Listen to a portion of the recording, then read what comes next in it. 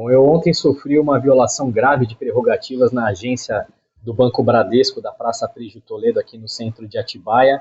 Uma cliente tem um filho de 14 anos que acabou de ser contratado por uma empresa como menor aprendiz. A empresa deu a ele o requerimento para abertura de conta bancária no Bradesco. E como ele é menor, como que funciona? A mãe vai lá e assina, né, a abertura de conta representando o menor.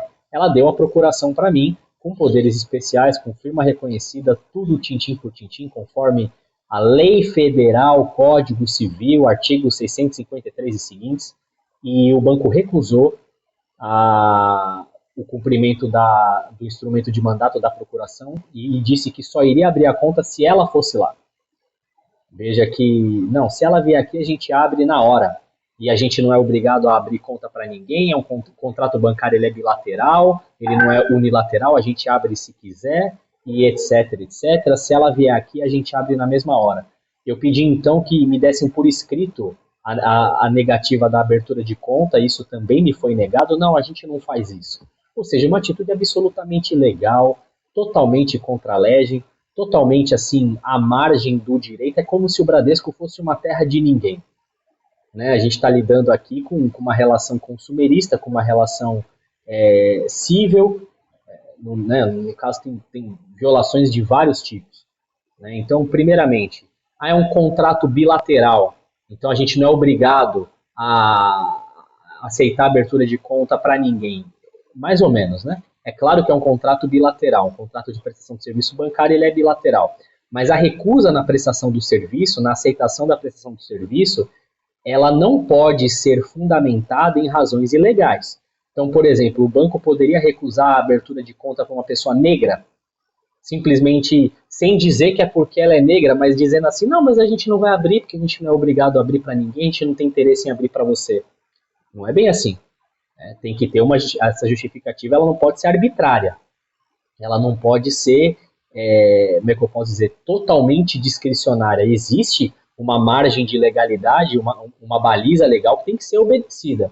Se chegasse lá uma drag queen devidamente caracterizada e pelas roupas que ela está vestindo, o banco poderia se recusar a abrir a conta para ela pelo fato de ser uma drag queen e se esconder alegando, não, mas é bilateral o contrato, a gente não pode ser obrigado a abrir conta para ninguém, a gente abre se quiser. Não, não é assim.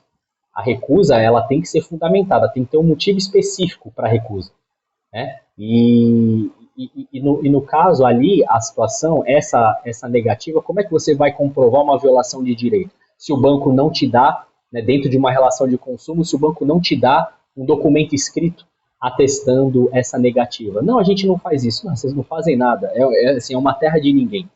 É um lugar completamente alheio à lei, alheio ao direito, acima de tudo, acima do bem e do mal. As normas internas do banco estão acima da legislação federal. É uma coisa assim absolutamente impressionante. E, principalmente, a dissimulação. Não, mas se a mãe vier aqui, a gente abre na hora. Eu falei, não, mas a mãe não vem. Eu sou o advogado da mãe, a mãe deu a procuração para mim, com poderes especiais especificamente para esse ato. Se fosse para ela vir aqui, ela não precisava me dar a procuração. Se ela me deu a procuração, é porque ela não veio. Não, mas ela não veio por qual motivo? O menor não veio por qual motivo? Não tem que dar essa explicação para ninguém. Né? A pessoa que se faz representar mediante um instrumento de procuração, ela não tem que justificar por que ela não foi praticar o ato. Ela realiza o contrato de mandato, isso é da vontade dela. O banco pode aceitar a procuração sem firma reconhecida ou exigir a firma reconhecida. Agora, recusar o atendimento pela procuração, isso não pode acontecer. Ainda mais eu sendo o advogado dela, minha procuração não vale nada, minha assinatura não vale nada, a advocacia não vale nada, a prerrogativa do advogado, que é justamente representar o cliente, falar em nome do cliente, isso não tem valor nenhum? Claro que tem.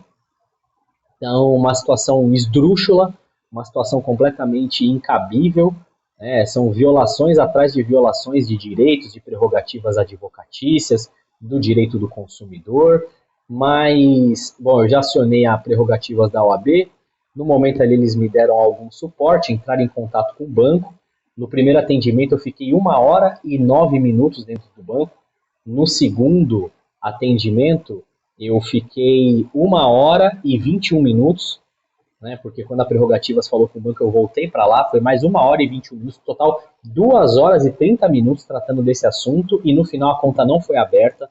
Tomei um chá de cadeira absolutamente impressionante, mas é óbvio que isso não vai ficar assim, né? Então eu já tomei as medidas jurisdicionais cabíveis, né, para que o banco seja não apenas obrigado a dar cumprimento ao ato, como também responsabilizado pela violação do direito do consumidor e pela violação do meu direito como advogado, da minha prerrogativa advocatícia.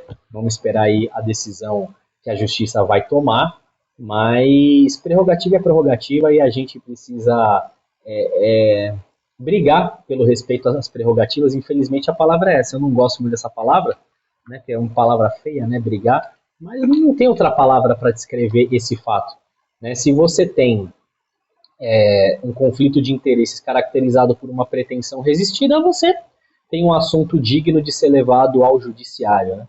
Então a gente espera que o judiciário, nessa situação, resguarde o direito do advogado, resguarde a prerrogativa do advogado, resguarde a atuação advocatícia, que é essencial à administração da justiça. O advogado, no exercício da profissão, ele exerce um munus público, está previsto na Constituição Federal, e o banco não está acima da lei, as normas internas do banco não estão acima do Estatuto da Advocacia, do Código Civil, da Constituição Federal, não estão acima de nada disso.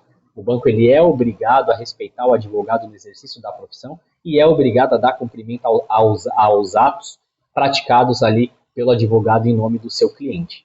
E isso vai ser feito, seja da maneira mais rápida, seja da maneira mais demorada, porque isso, obviamente, isso não vai ficar assim. E eu espero que a justiça reconheça a responsabilidade civil do banco nessa atitude ilegal, arbitrária, e que sim, causa prejuízos ao cliente, causa prejuízos a mim, que sou o advogado que sofri essa violação de prerrogativas lá naquele momento. É lamentável a postura do Bradesco e vamos ver como é que fica essa situação. Juliano de Henrique Melo, advogado nas áreas civil e criminal, muito obrigado pela sua atenção e a gente volta com mais vídeos.